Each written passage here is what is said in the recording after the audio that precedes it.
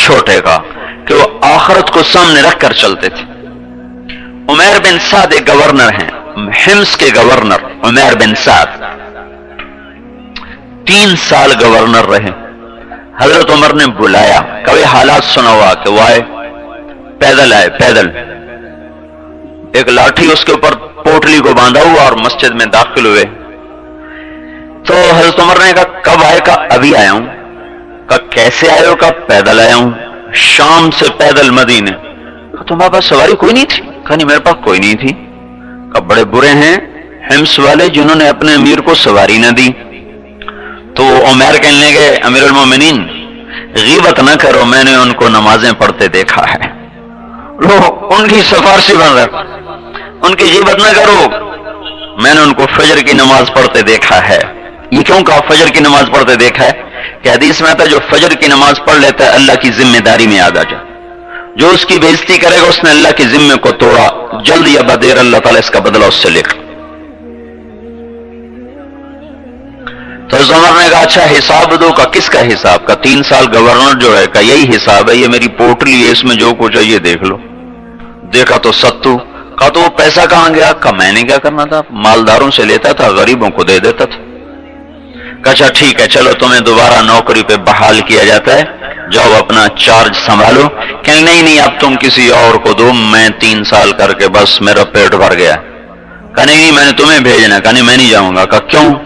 کہ میرا بول خراب ہو گیا اس گورنری کی وجہ سے۔ کہ کیسے خراب ہو گیا؟ کہنے لگا ایک دفعہ میں نے ایک یہودی کو کہہ دیا اخزاک اللہ، جا اللہ تجھے ذلیل کرے۔ یہ کوئی گالی تو نہیں ہے نا، کوئی یہودی تو ہیں ہی ذلیل۔ ایک حقیقت بولی، ضربت علیہم الذلۃ والمسکنہ، قرآن کی بات کو کہا۔ کہنے لگے لیکن بعد میں نے اپنے نفس کا محاسبہ کیا تو میں نے دیکھا کہ یہ بول میرے منہ سے نکلا گورنری کے تکبر میں۔ تو میں نے سوچا میاں عمیر جس حکومت کی وجہ سے تیرا بول خراب ہو، تیری آخرت خراب ہو، اس حکومت کو طلاق دینا ہی بہتر ہے، لہذا میں ہاتھ جوڑتا ہوں کسی اور کو بھیج دو، مجھے نہیں چاہیے حکومت۔ ایک بول پر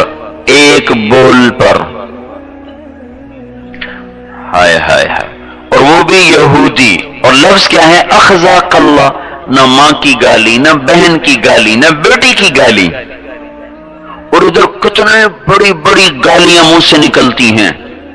مرد تو مرد ہیں، عورتیں گالیاں نکالتی۔ اور اللہ کے نبی نے بیت اللہ کو دیکھ کر فرمایا بیت اللہ تو بڑی عزتوں والا ہے، پر ایک مسلمان کی عزت تجھ سے بھی زیادہ ہے۔ بیت اللہ کو گالی دینا چھوٹا گناہ ہے، اور مسلمان کو ماں بہن کی گالی دینا اس سے بڑا گناہ ہے۔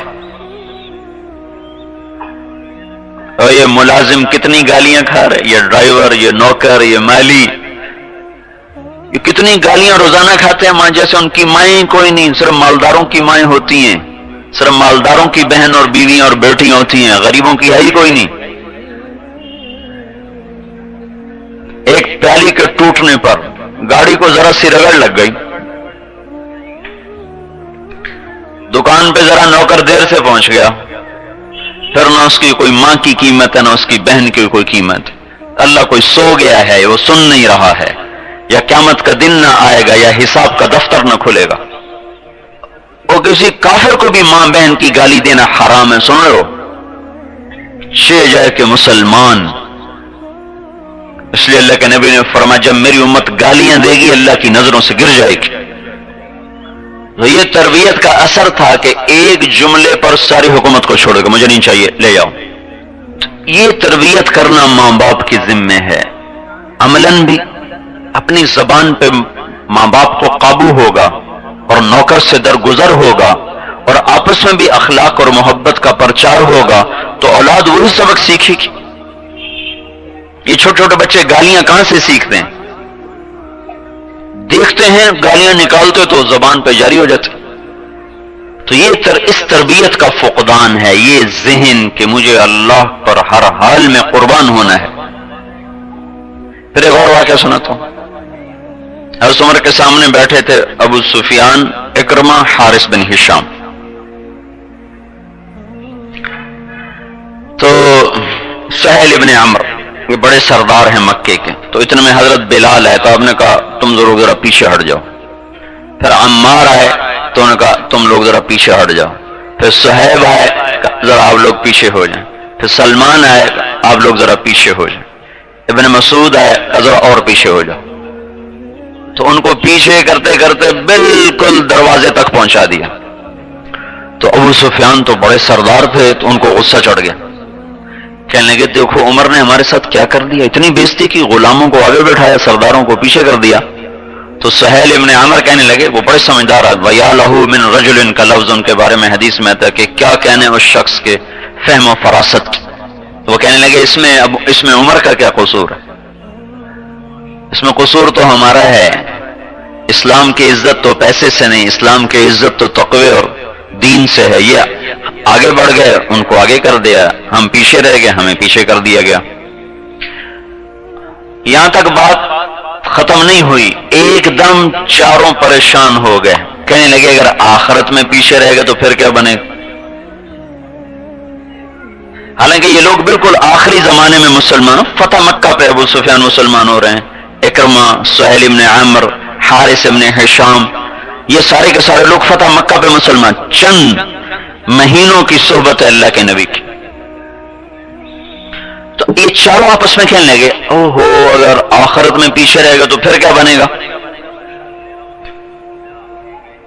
تو یہ سارے اٹھ کر حضرت عمر کے پاس آ گئے. کہنے لگے جو تم نے ہمارے ساتھ کیا ہم نے دیکھا، ہمیں کوئی گلہ نہیں، ہماری اپنی کمیاں ہیں. یہ بتاؤ ہم نہیں چاہتے کہ آخرت میں تم سے پیچھے رہ جائیں. یہ تو ہمیں پتا ہے کہ ہم تم سے آگے نہیں بڑھ سکتے، لیکن ہم پیچھے بھی نہیں رہنا چاہتے، ہم تمہارے برابر میں آنا چاہتے ہیں. کوئی ہمیں طریقہ بتاؤ کہ ہم تمہارے برابر ہو جائیں. تو حضرت عمر نے فرمایا ٹھیک ہے، طریقہ موجود ہے. انہوں نے پہلے اللہ کے نام پر اپنے آپ کو قربان کیا، تم اب قربان ہو جاؤ تو برابر تو ہو ہی جاؤ. کہنے گے یہ ہم کر دکھائیں گے. تو یہ لوگ مکے پہنچے، ساز و سامان رخت سفر باندھا اور ملک شام ہجرت کر گئے. اس وقت وہاں روم کے خلاف جہاد چل رہا تھا.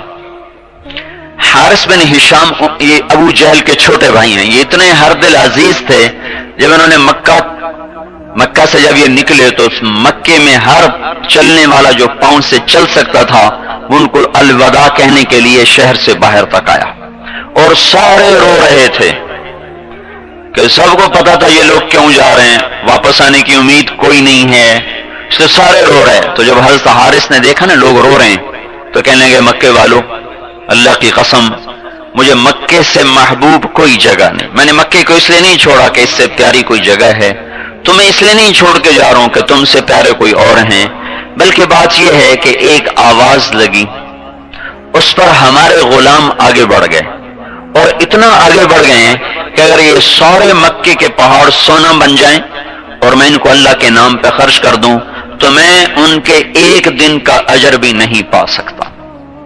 لہٰذا میرے پاس ایک راستہ ہے کہ میں اپنی جان کا نذرانہ پیش کر دوں اور ان کے آگے نہیں تو ان کے برابر تو ہو جاؤں. یہ دونوں کا قبیلہ ایک ہے، قبیلہ ایک تو نا خاندان قریش ایک قبیلہ ہے، یہ بھی مخزومی وہ بھی مخزومی، دونوں خالد بن ولید بھی مخزوم سے اور اکرمہ بھی مخزوم سے، تو رشتہ داری زیادہ گہری تھی. مگر نہیں یہ کام نہیں کرنا. تو حضرت اکرمہ نے ان کا ہاتھ ایسے جھڑکا، الیک عنی، الیک عنی، غصے کا بولا پیچھے ہٹو، پیچھے ہٹو، دور ہو جاؤ. اس سے بھی سخت لفظ ہے لیکن میں وہ زبان سے نہیں لاتا ہوں، میں اتنا ہی کہتا ہوں پیچھے ہٹ جاؤ، دور ہو جاؤ. کیا کہا ان لک سابقۃ فی الاسلام، تو مجھ سے آگے بڑھ چکا ہے، تو فتح مکہ سے پہلے ایمان لایا، میں بعد میں ایمان لایا، میں تو برابر نہیں ہو سکتے. ساری زندگی میں اور میرا باپ اسلام سے ٹکراتے رہے، آج ہی تو اس دھبے کے دھونے کا دن آیا، آج میں کیسے بھاگ جاؤں. انی و ابی کان من اشد الناس عداوۃ لرسول اللہ وافر منکم اليوم، میں آج بھاگ جاؤں یہ نہ ہوگا، آج یہ ہو کے رہے گا. تو انہیں خالد بن ولید کو پیچھے دھکا دے دیا. تو ان کے بیٹے عمر بن اکرمہ نے ان کا ہاتھ پکڑا، پھر ابو سفیان نے، پھر حارث بن ہشام نے، پھر زرار بن ازور نے، پھر عبداللہ بن عمر نے، 400 قریشی سرداروں نے اس وقت اکرمہ کے ہاتھ میں ہاتھ دیا کہ آج یا ہمارے لاشیں تڑپیں گے یا اللہ تعالیٰ اہل ایمان کو عزت دے گا۔ تو ان سب نے اپنی زریں پھینک دیں، لوہے کی ٹوپیاں اتار دیں اور ایک صف بن کر سینہ سپر ہو گئے 400، اور اس طرح ان کے منہ پھیرے کہ پھر رومین دبتے دبتے دبتے اپنے خیموں تک جا پہنچے، اور جب وہ ریلا ہٹا ہے تو ان میں سے اکثر زندگی کی بازی ہار چکے تھے، 400 میں سے اکثر ختم ہو چکے تھے۔ تو خالد بن ولید نے جب دیکھا تو حارث بن ہشام تو دم توڑ چکے تھے، وہ بھی اپنے تھے، مخزومی تھے، اور اکرمہ کے بیٹے عمر وہ بھی دم توڑ چکے تھے۔ البتہ اکرمہ کے سانس کچھ چل رہے تھے تو ان کے سرانے کھڑے ہو کر رو پڑے اور کہا سردار یوں ہی جانے دیا کرتے ہیں۔ پھر ان کے سر کو گود میں لے لیا اور ان کے بیٹے کو اپنی پنڈلیوں پہ رکھ لیا، پھر ان کے منہ میں تھوڑا پانی ٹپکایا تو ان کو ایسے ہوش سا، انہوں نے آنکھیں کھولی، کہا کون؟ کہا میں خالد۔ کما فعل اللہ بالمسلمین، اللہ نے کیا کیا اہل ایمان کے ساتھ؟ کہا ابشر اقر اللہ عینک، اللہ تیری آنکھوں کو ٹھنڈا کرے، اللہ تعالیٰ نے مسلمانوں کو عزت دے دی، رومی پسپا ہو گئے۔ اچھا عمر کو بتا دینا جو تم نے کہا تھا وہ تو ہم نے کر دی، اور یہ کہہ کر ان کی جان نکل گئی۔ اخبر عمر کو کہہ دینا جو تو نے کہا تھا وہ ہم نے کر دیا، اور سر ڈھلک گیا تو خالد بن ولید نے فرمایا کلا زعم ابن الحنتمۃ اللہ نستشہد۔ عربوں میں دستور تھا جب غصے میں آتے تھے تو ماں کے نام سے پکارتے تھے، خوشی میں ہوتے تو باپ ابن عبداللہ باپ کے نام سے پکارتے جب خوشی میں، جب غصہ تھا تو ماں کا نام لے کے پکارتے تھے۔ تو حضرت عمر کی ماں کا نام ہے حنتمہ، تو یہاں خالد بن ولید جوش میں تھے، کہنے لگے آج کے بعد حنتمہ کا بیٹا یہ نہیں کہہ سکتا کہ قریش نے جان قربان نہ کی۔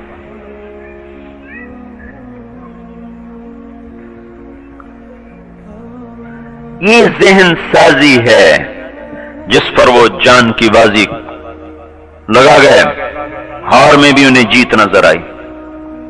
ہم پہ ستم یہ ہوا کہ ہمارا ذہن بدل دیا گیا، پیسے کا غلام بنا دیا۔ نماز تو پڑھ رہے ہیں، غلامی تو پیسے کی ہے،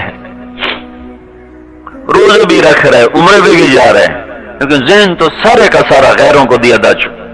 دل کے آنگن میں تو کوئی اور آ کے بیٹھ گیا ہے، یہاں تو کسی اور کے ڈیرے ہیں۔ ایک عورت آئی شیخ جیلانی رحمت اللہ علیہ کے پاس، کہنے لگی اگر پردے کا حکم نہ ہوتا تو میں آپ کو نقاب اٹھا کے دکھاتی کہ اللہ نے مجھے کیسا خوبصورت بنایا ہے، میرا خامن پھر بھی دوسری شادی کرنا چاہتا ہے۔ تو شیخ جیلانی رحمت اللہ علیہ غش کھا کے گر گئے۔ تو پاس بیٹھنے والے حیران ہوئی اس میں غش کھانے کی کیا بات تھی؟ ایک عورت نے خامند کی شکایت کی اور شیخ صاحب غش میں گئے۔ ہوش میں آئے تو کہنے لگے لوگو یہ تو عورت ہو کے شریک برداشت نہیں کر رہی، اللہ رب ہو کے شریک کیسے برداشت کرے؟ میں تو اس پہ غش میں آیا ہوں۔ تو ایک ہوتا ہے شرک فی العبادت، وہ تو کافر ہو جاتا ہے، شرک ماتھا کسی اور کے سامنے جھکا دیں۔ ایک ہوتا ہے شرک فی المحبت، محبت میں شریک لے آنا، یہ شرک آج سب کے اندر ہے بھائی، اس دل میں اللہ کے سوا اور کوئی نہ ہو۔ حضور صلی اللہ علیہ وسلم گھر والوں سے بات کر رہے ہوتے تھے، ہنس رہے کھیل رہے، اذان کی آواز سنتے ہی آپ کے چہرے کا رنگ بدل جاتا، آنکھیں پھر جاتی۔ حضرت عائشہ فرماتی ہمیں یوں لگتا جیسے میں پہچانتے ہی نہیں، جیسے ہمیں جانتے ہی نہیں کہ ہم کون ہیں، اور جب نماز پڑھ لیتے پھر اپنی اصلی حالت۔ تو اس دل کو اللہ کا عرش بنانا تھا، یہ تو گٹر بن گیا، گٹر، سارے جہان کا گند۔ کپڑے پہ داغ لگے تو نظر آتا ہے طبیعت خراب ہوتی ہے، دل کے لگے داغوں کو کون دیکھے اور کون دکھائے؟ تو اللہ کی نظر میرے کپڑوں پر نہیں میرے دل پر ہے، میری مورت اور صورت پر نہیں میرے دل پر ہے۔ اگر دل کا آنگن گندا ہے اور دل کی چادر اگر میلی ہے تو یہاں اللہ کی نظر محبت کبھی نہ پڑ سکے گی۔ میرا گھر ایسا ہو، میرا کپڑا ایسا ہو، اوپر ڈیزائن ایسا ہو، کڑھائی ایسی ہو، کیا کیا نخرے ہیں مردوں کے بھی عورتوں کے بھی، اور اللہ تعالیٰ فرماتے ہیں حل تزینت لاجلی، میرے بندے میری بندی سارے جہان کے لیے بنتا سنورتا ہے، کبھی میرے لیے بھی بن سنور کے آیا کر۔ تو یہ ذہن دینا کہ ہم اللہ کے ہیں اور اللہ پر بک چکے ہیں اور اللہ کے سوا ہم کسی کے نہیں ہیں، اس کا ہر حکم ہماری زندگی کا مقصود ہے، اس کی ہر نافرمانی سے بچنا ہماری زندگی کا مقصود ہے۔ اس پر پھر آگے ساری بات چلتی ہے، چونکہ ہماری بنیاد ختم ہو چکی۔ اور یہ بچے کیسے ماحول بدل سکتے ہیں جب تک بڑے زندگی نہ بدلیں؟ گھر میں ٹیلی ویژن چلے تو روزن سکول کیا کرے گا؟ ماں بے پرد ہو کے بازار میں جائے تو روزن سکول کی تعلیم کیا کام آئے گی؟ چونکہ عمل قول سے طاقتور ہوتا ہے، عمل قول سے طاقتور ہوتا ہے۔ 1974 میں ایک آسٹریلین مسلمان ہو کے رائمنڈ آیا، میں رائمنڈ پڑھتا تھا، مغرب کے بعد اس کا بیان تھا، ہمارے اساتذہ نے فرمایا اپنا سبق چھوڑو جاؤ اس کا بیان سنو، تو اس دن ہمارا سبق موقوف کیا گیا اور اس کا بیان ہمیں سنوایا گیا۔ اس کے بیان میں ایک بات مجھے آج بھی یاد ہے، اس بات کو 30 برس گزر چکے۔ عبداللہ اس کا نام تھا۔ اس نے کہا بھائیو تم مسلمانوں کی اور ہم غیر مسلموں کی مثال ایسے ہے کہ جیسے ایک راہی اور مسافر وہ جانتا نہیں کراچی کا راستہ کون سا ہے، تو وہ دوسرے راہگیر سے پوچھتا ہے بھائی آپ کو پتہ ہے کراچی کا راستہ کدھر کو ہے؟ کہا ہاں میں خود بھی کراچی جا رہا ہوں، میں کراچی کا رہنے والا ہوں، یہ راستہ کراچی کو جا رہا ہے۔ کہ جی بڑی مہربانی۔ جب وہ 2 قدم چلا تو اس نے پیچھے مڑ کے دیکھا تو وہ ادھر جا رہا۔ کہا بھائی آپ نے مجھے تو کہا تھا کہ یہ راستہ ادھر جا رہا ہے کراچی کو، آپ تو ادھر جا رہے ہیں۔ وہ کہتا اللہ کی قسم راستہ یہی ہے، مجھے نہ دیکھو میں جو مرضی کروں، راستہ یہی ہے۔ تو وہ کہنے لگا تم بتاؤ، وہ اس کی قسم پہ اعتبار کرے گا کہ قدم پہ اعتبار کرے گا؟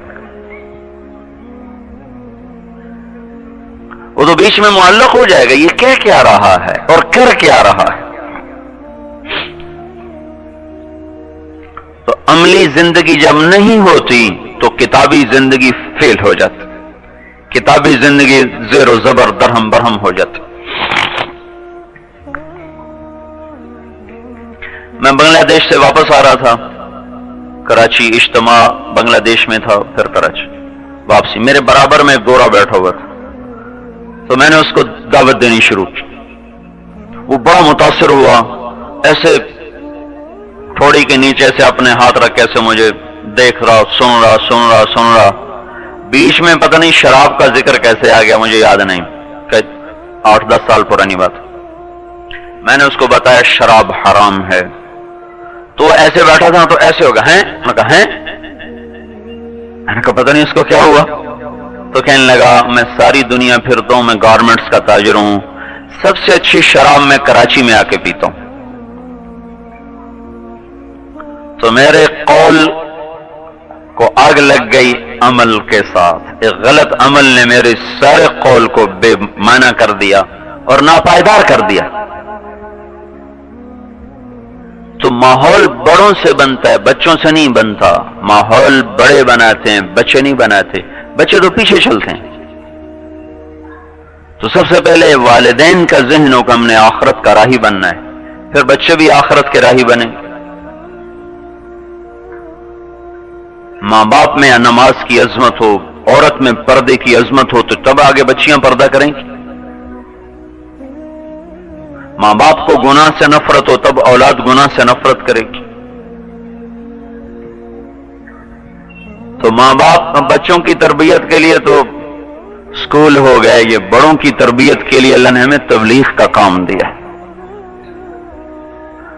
تو بھائی یہ جو ماں باپ ہیں، والدین ہیں، یہ اپنے گھر کا ماحول بدلیں اگر بچوں کو کسی رخ پہ لانا ہے۔ دیکھتے نہیں ہو کیا ستم ہوا ہم پر، چھوٹے چھوٹے بچوں کو ناچ گانا سکھانا شروع کر دیا اسکولوں میں، نوجوان لڑکے لڑکیوں کو ایک بینچ پہ بٹھا کے پڑھا رہے، پڑھانے والوں کو بھی سانپ سونگ گیا، والدین کی غیرت اور ناموس کو بھی آگ لگ گئی، اور میر کارواں بھی خواب خرگوش میں سو گیا۔ تو قافلہ لوٹے نہیں تو پھر کیا ہو، کشتیاں ڈوبے نہیں تو اور کیا ہو۔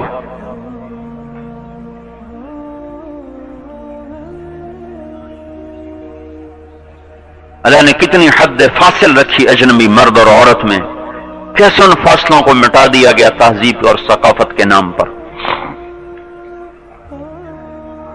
تو اس لیے بھائیو بہنوں، ہم پر تو بڑا ستم ہوا ہے۔ ملک پر قبضہ ہو جانا کوئی بڑی بات نہیں، ذہن پہ قبضہ ہو جانا یہ بہت بڑی غلامی ہے۔ ملک تو پہلے بھی چھنتے چلے آئے، میدان میں شکست تو کتنی امام حسین نہیں شکست کھا گئے تھے۔ ابھی تو محرم کا مہینہ ختم نہیں ہوا، آج 29 ہے محرم کی۔ یہ کربلا کا واقعہ کیا سنا رہا ہے کہ میدان میں شکست کھا جانا کوئی شکست نہیں ہے، نظریاتی طور پہ شکست کھا جانا یہ اصل بربادی ہے۔ اللہ پہ قربان ہونا ہی تو زندگی کی معراج ہے، آئے کیوں سے؟ ساری نسل کو آنکھوں کے سامنے کٹتے دیکھا، ایک لفظ بول کے سب کچھ بچا سکتے تھے، ایک بول پہ سب کچھ بچ سکتا تھا، کہ نہیں یہ بول نہیں بولا جائے گا کیونکہ اس بول کے بولنے سے اللہ ناراض ہو جائے گا، اس سے آخرت خراب ہوگی، لہذا وہ نہیں بولنا، تم نے جو کرنا ہے کر دو۔ موت سے آگے کیا سزا کوئی دے سکتا ہے؟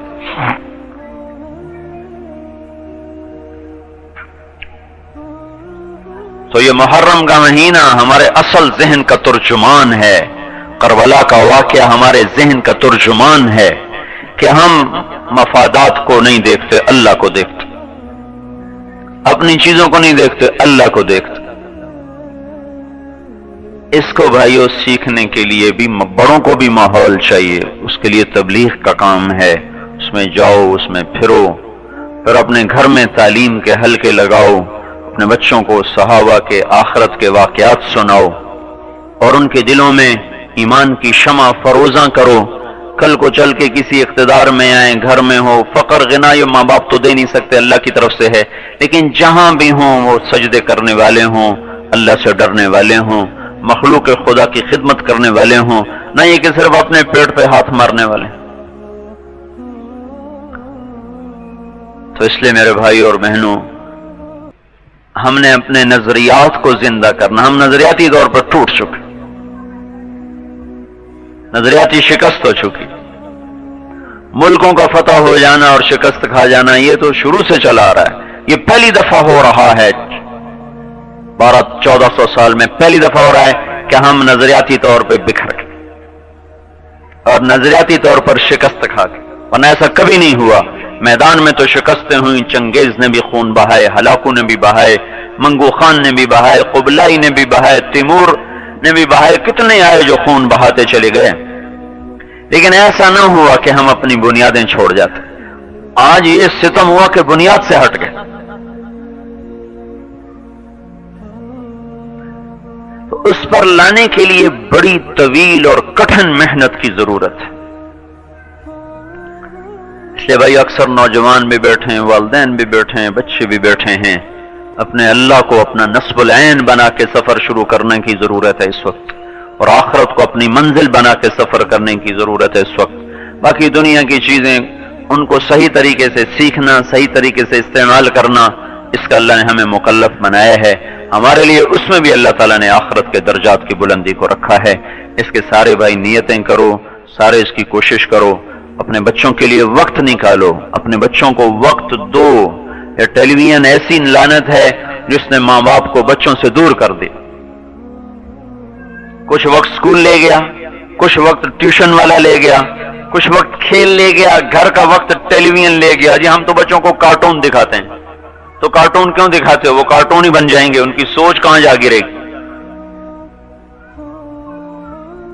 یہ جو کارٹون دکھانے کا وقت تھا یہ خود بیٹھنے کا وقت تھا کہ ماں باپ بچے خود بیٹھتے، ان میں محبت استوار ہوتی، الفت بڑھتی، وہ قریب ہوتے. نہ ماں باپ سے تعلق ٹوٹ جاتا ہے، وہ تعلق بن نہیں سکتا. چونکہ میں 11 سال کا تھا جب میرے ماں باپ نے مجھے لاہور بھیج دیا سینٹرل ماڈل اسکول میں.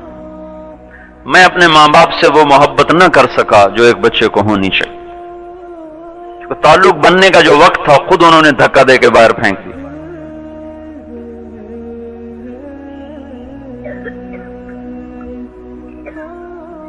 تو یہ ٹیلی ویژن ایسی لعنت ہے میرے بھائیوں جس نے ہماری نسل کو ہلاک و برباد کر کے رکھ دیا. جو وقت بچوں کو دینا تھا وہ سکرین کو دے دیا. تو وہاں سے ہمارے لیے کوئی خیر کے پروگرام تو نہیں نشر ہو رہے.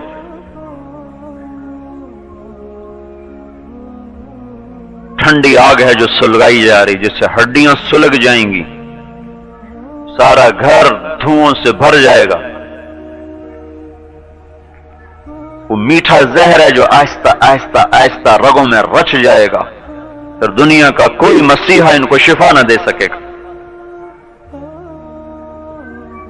جو قوم موسیقی کی دلدادہ ہو جائے، ناچ گانے کی دلدادہ ہو جائے، کھیل کود کی دلدادہ ہو جائے، انہیں ایٹم بم مرنے کی ضرورت ہی کوئی، وہ تو پہلے ہی مرے پڑے.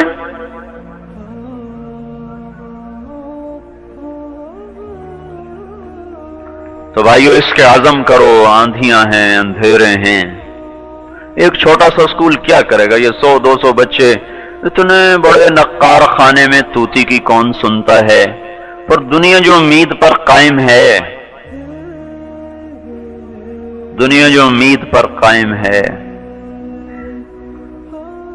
شاید یہ چراغ کبھی سورج بن جائے. کیا بعید ہے اللہ تعالیٰ کی. نہ کرنے سے کچھ کرنا تو بہتر ہے.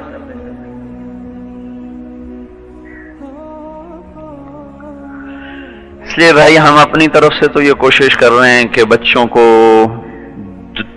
تعلیم دنیاوی ملے دینی سانچے میں، دینی قالب میں، دین کے سانچے میں. جس شعبے میں جائیں اللہ کی عظمت کو سامنے رکھیں. ہم انگلینڈ میں تھے تو 1982 میں ایک بہت بڑے سرجن تھے دل کے، ڈاکٹر رحیم خان، ہمارے حیدرآباد کے تھے. ان سے بات ہوئی، انہوں نے بڑے اعتراض کی. چلو نماز تو پڑھ، میں نماز کیسے پڑھوں؟ 14 گھنٹے مجھے کھڑا ہونا پڑتا آپریشن تھیٹر میں، میرے پاس نماز کے لیے کہاں وقت؟ اچھا جی چلو مہربانی کریں ہمیں آپ 2 دن دے دیں، ہمارے ساتھ کو وقت گزار لیں، پھر جو آپ سوال باقی رہ جائیں پھر کر لیں. اس گفتگو میں رات کے 2 بج چکے تھے، عشاء کے بعد بیٹھے رات کا 2 بج گئے. پتہ نہیں ان کو کیسے رہے، ماں کہیں اچھا میں 2 دن دے دوں گا. تو وہ اوپر سے وہ دسمبر کی جو ان کی چھٹیاں تھی، کرسمس وہ شروع ہوئی تو وہ 3 دن کے لیے آئے. 2 دن انہوں نے لگائے، ہفتہ اتوار. تو جس دن وہ جا رہے تھے، میں آج بھی دیکھ رہا ہوں اپنی آنکھوں سے بار بار آنسو پوچھ رہے.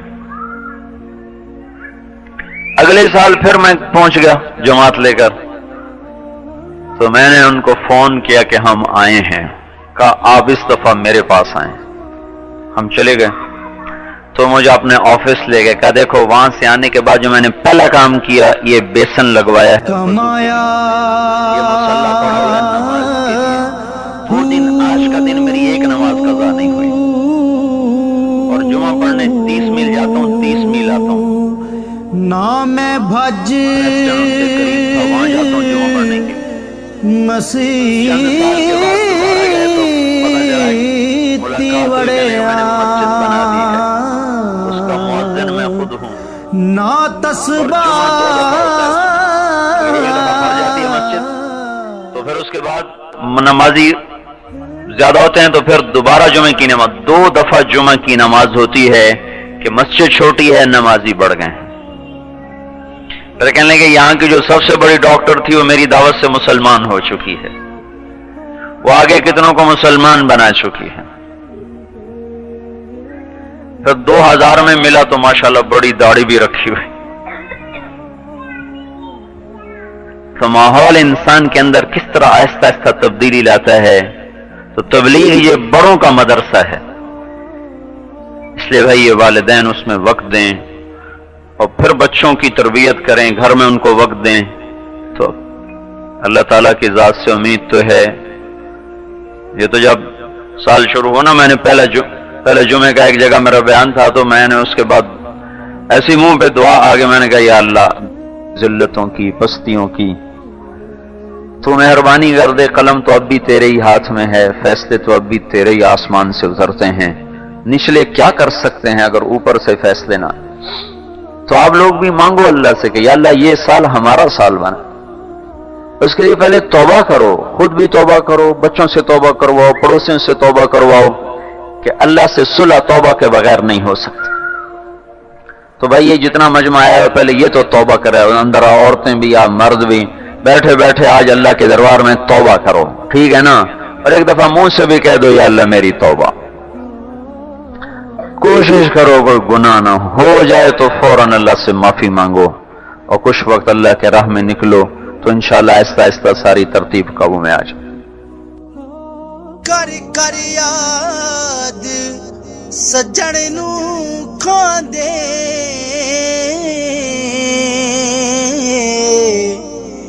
ਭੁਨ ਭੁਨ ਜਿਗਰ ਨਵਾਲੇ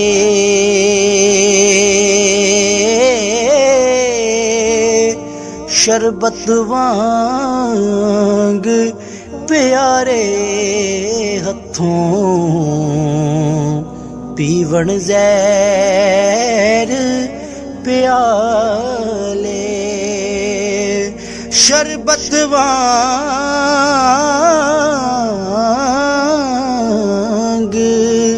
ਪਿਆਰੇ ਹੱਥੋਂ ਪੀਵਣ ਜ਼ਹਿਰ ਪਿਆਲੇ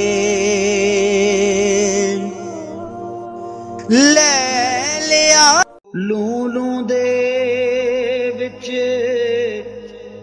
ਜ਼ਿਕਰ ਅੱਲਾ ਦਾ ਹਰ ਦਮ ਪਿਆ ਪੜ੍ਹੀ ਵੇ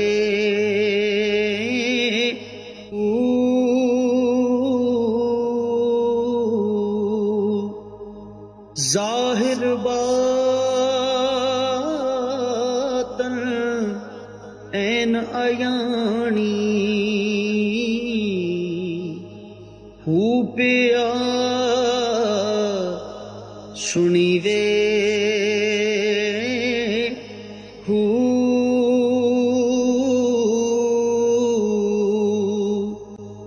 ਨਾਮ ਫਕੀਰ ਤੇ ਨਾਂ ਦਾ